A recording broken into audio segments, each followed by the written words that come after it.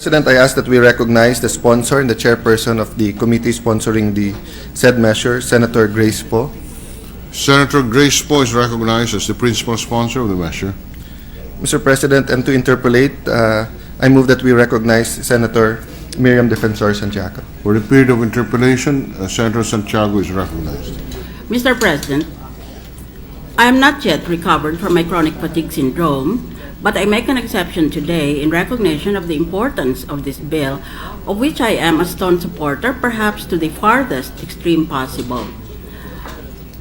I am strongly in favor of this bill. However, I warn my colleagues and all the fellow advocates that we have in this movement that there are many, perhaps tricky, constitutional issues involved in this bill, and we have to make sure that this bill is in violate when it leaves the Senate, so that it could possibly prevail over those who might file a petition in the Supreme Court to question its constitutionality.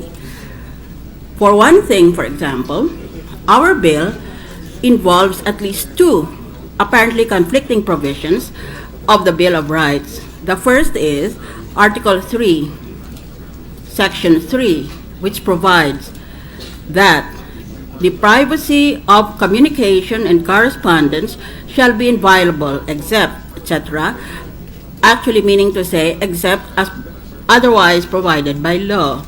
Compare this provision to the subsequent provision that is more famously known as Section 7. The right of the people to information on matters of public concern shall be recognized. So on the one hand, you have the inviolable privacy of communication, and on the other hand, you have the right of the public to know. We are here this afternoon to finesse these two provisions of the Constitution and as well to delve into other possibly too technical points of law. Thus, I do not want to spring a surprise on our distinguished sponsor, and if she decides to respond to my questions tomorrow, that will be perfectly acceptable to me. But now I will begin. First, I will deal with Section 3, entitled Definition of Terms. My question is this: do the categories of information listed under the definition of terms adequately and accurately cover the categories of information found under the Constitution, Bill of Rights, Article 3, Section 7, which I have just adverted to? The constitutional right to information covers three categories of information, which are, quote, matters of public concern, unquote, namely, 1, official records, 2, documents and papers pertaining to official acts, transactions, and decisions, and 3, government research data used in formulating policies. This is reiterated in the landmark case last 2002 of Chavez v. Public Estates Authority. That is the question. If the honorable sponsor would like me to explain the question further, I can do so. So I shall await your pleasure, Your Honor, if you are willing to yield the floor to me for this purpose. Yes, it will be a privilege, Your Honor, to have our resident constitutionalist shed light on the matter so that we can also polish the law and make it better. I would have wanted to be adverted to as the resident sex goddess of the Senate, but unfortunately that's beyond my capacities this afternoon. As you can see, I'm already short of breath. Let me explain this question. An understanding of the categories as well as different types of information is essential in distinguishing between the mandatory duty to disclose. It is the duty on the part of the government to make matters clear to the public, and on the other hand, the duty to permit access to information. The duty to disclose on the one hand, and the duty to permit access on the other hand. As explained by the Supreme Court in the recent 2012 case of Ideals versus Pisam, unlike the disclosure of information which is mandatory as provided in the Constitution, the other aspect of the people's right to know requires, quote, a demand or request for one to gain copies of these documents, unquote.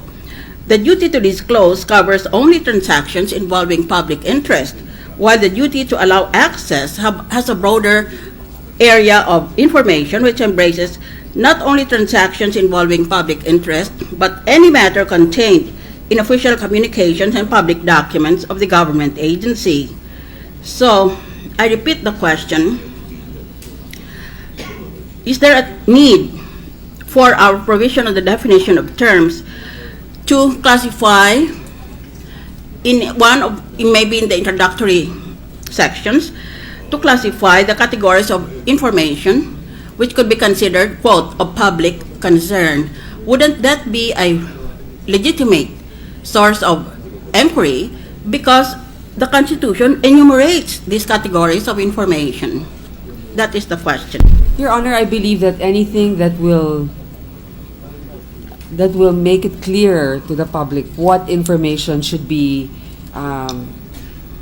available, what type of information is allowed under this freedom of information. Anything that will make it clear and clarificatory, I think that we should consider it for the period of amendment.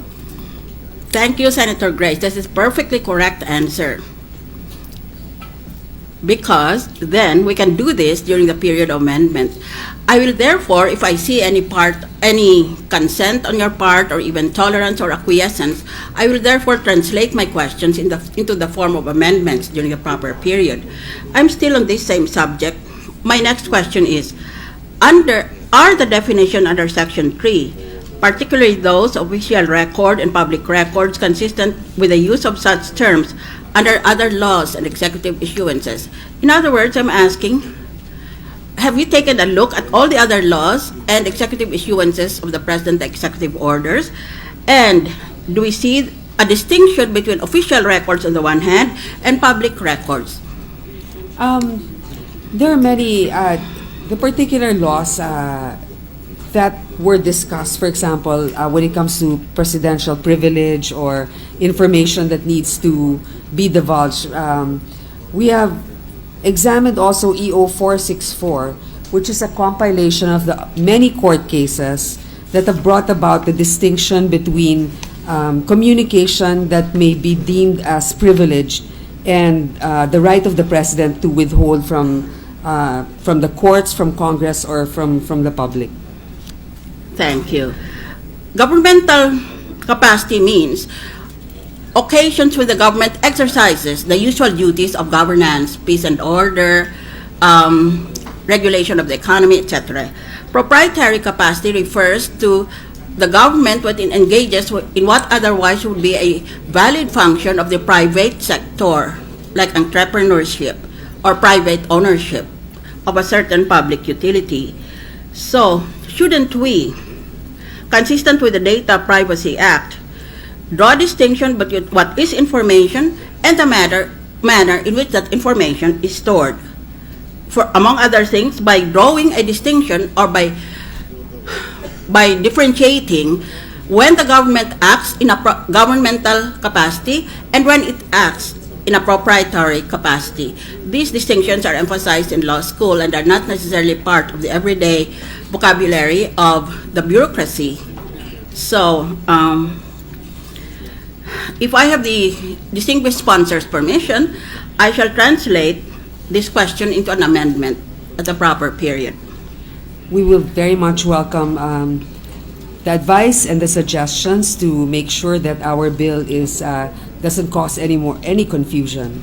Thank you, Madam.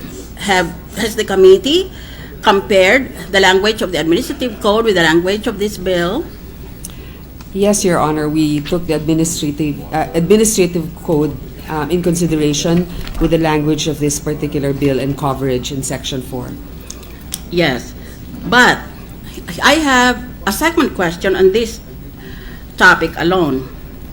In the second paragraph of Section 4 of our bill, it appears that private entities that act as public service contractors are covered by our bill.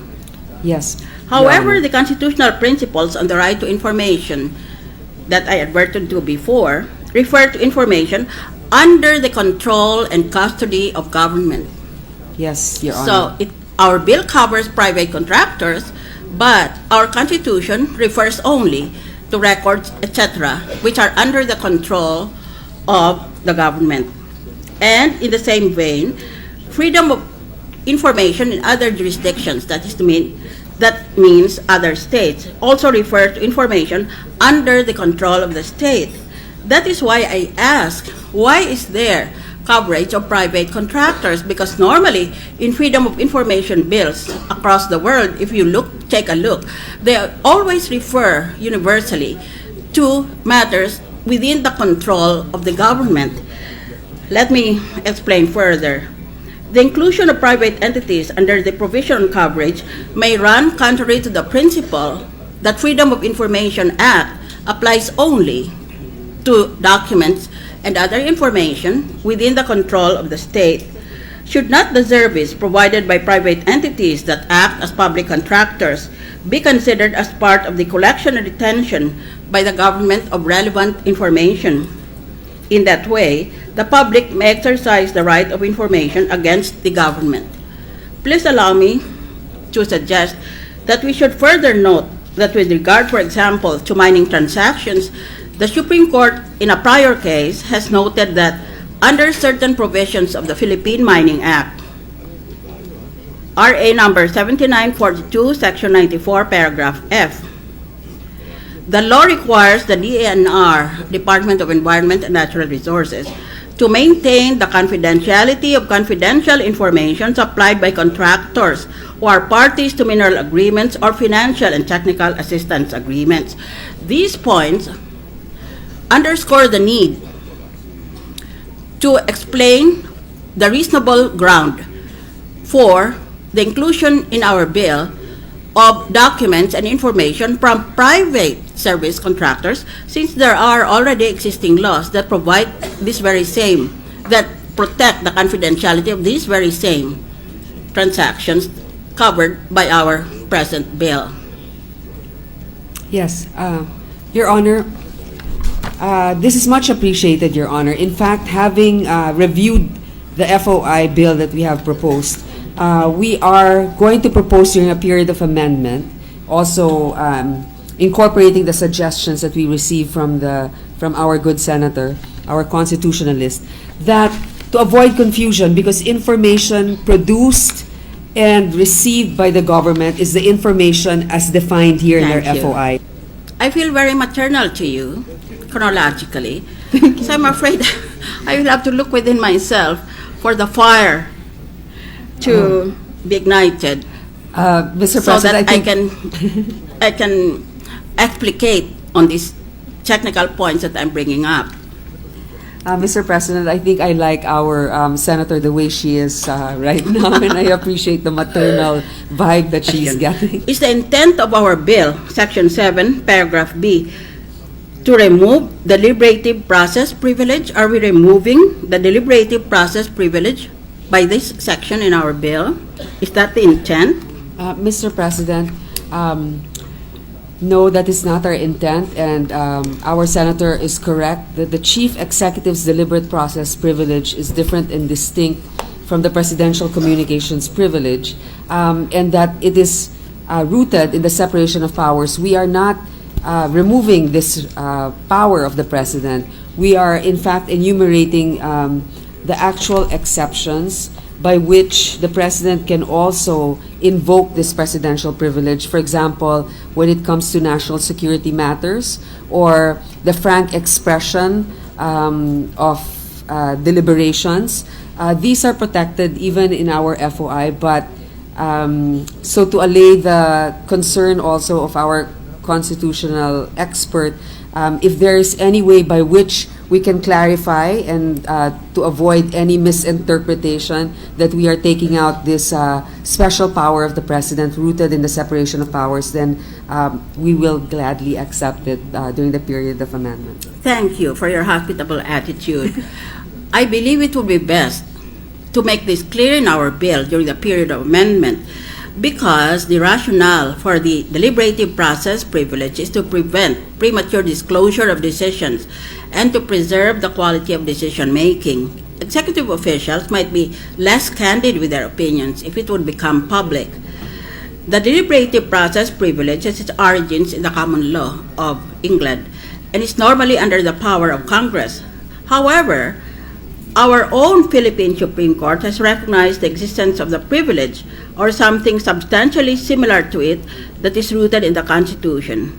Thus, in the 2007 case of Chavez v. National Housing Authority, the Supreme Court held that, quote, Article 2, Section 28 compels the state and its agencies to fully disclose, quote, all of its transactions involving public interest, unquote. Thus, the government agencies, without need of demand from anyone, must bring into public view all the steps and negotiations leading to the consummation of the transaction and the contents of the perfected contract. Please allow me now to underline the next citation. Such information must pertain to, quote, definite propositions of the government, unquote, meaning official recommendations or final positions reached on the different matters Or subject of flag negotiation. And my question, Mr. President, is would it be necessary also to perhaps include local government, for example, mayors, governors, as those that are required to have their SALNs available for public scrutiny? Because right now they are required by the Civil Service Commission to submit. But to institutionalize it, do you think that, Mr. President, this will cause undue burden, or do you think that it might be an idea we can explore? Oh yes, definitely. The umbrella of public interest and transparency in good governance is sufficiently wide to cover all public officials. In fact, if you draw a distinction between certain public officials who are under an obligation to file their SALN under the requirements imposed by law, and those who are not so obliged, you might be drawing a false distinction which will not be sustained by the Equal Protection Clause of the Constitution. I would go even further than that. Why don't we include at this point of our bill a provision on the mandatory disclosures of the total monthly incomes of all public officials from the highest to the lowest? We can impose that function on the Civil Service Commission. In other words, let us compare by digital means the total remuneration or income, not just the basic standard salary, but all the allowances and other forms of income given by an agency to a certain head and other higher officials of that agency, so that we can compare the president in salary and income, for example, and total income with that of the lowest janitor in Malacanang. Why do we have to keep it a secret on what is the basic salary and other entitlements of a senator in the form of certain allowances, commissions, and specific allowances, or maintenance, operating, and other expenses? What is so special about being a senator? Just because you make laws does not mean that we can distinguish ourselves from the rest of the citizenry. So let's have a column available on the proper website, perhaps of the Civil Service Commission, that bases itself on the principle that total income equals the basic salary plus all the possible allowances and sources of personal income. We should define and make a distinction between public and personal use of the funds, where we consider income as equal to remuneration. Are you in favor of that? Because I will propose it as an amendment. I-publish na natin magkano talaga inuwi natin, even only on a paper basis, because of course they will have to deduct withholding taxes, etc. Magkano talaga on paper ang remuneration ng bawat opisyal, presidente, vice-presidente, senators, cabinet members, justices, judges, the military especially with their confidential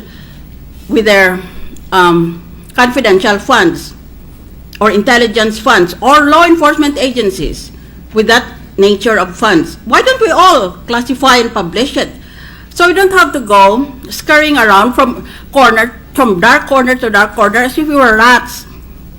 Why don't we just expose it all to the public, so that the public, when it is election time, can go to that website and see, so A is running for senator, this is what he will receive, and compare the qualifications of the candidate with what he will be receiving.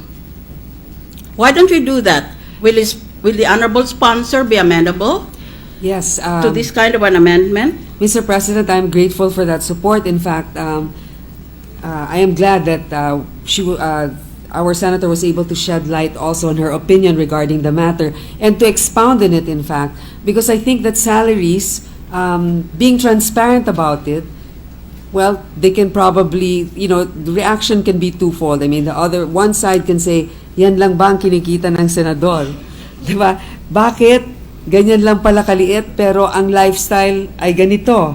So it's better to reconcile it because, of course, some of us have spouses also or family businesses, but it's important that, especially since we are receiving public funds to pay our salaries, then it should be, and then she's right, then our senator is right, that it should be part of the disclosure.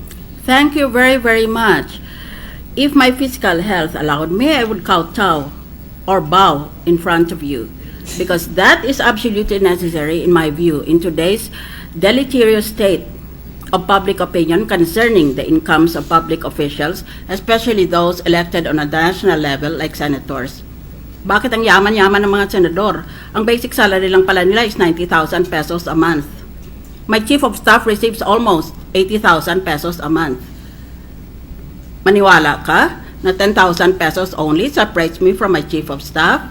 Of course not. That's because I have so many other sources of legitimate income provided by my own agency. So let's let the public in. Let's allow the sunlight to penetrate these dark recesses. Thank you, Mr. So that President. people will know how much actually I'm receiving. And during election time, people will know whether a person with the qualifications of a certain candidate deserves to receive that kind of a salary. Yes, Mr. President. Thank you. In fact, just as an aside, I think recently there was a show on television that discussed how much the heads of some government-owned corporations were Yes. getting so much more than the president. Yes. And it could also arouse some sort of support from the public that perhaps we should start paying based on capacity and responsibility so That that sounds very much like communism. From each according to his need to each according to his want. so but again But that anyway, will let's shed get light on a rid lot of all of these things. whispering and innuendos about the income of senators, congressmen, cabinet members, heads of government corporations. Even our Christmas bonuses, let's call them bonuses instead of additional MOOE. That is mental dishonesty. So that at least we can pay taxes for it, Mr. Absolutely. President. Aba, matuto nga tayo ng transparency. Puro tayo transparency dito eh. Tatakpan natin palagi kung magkano kinikita natin.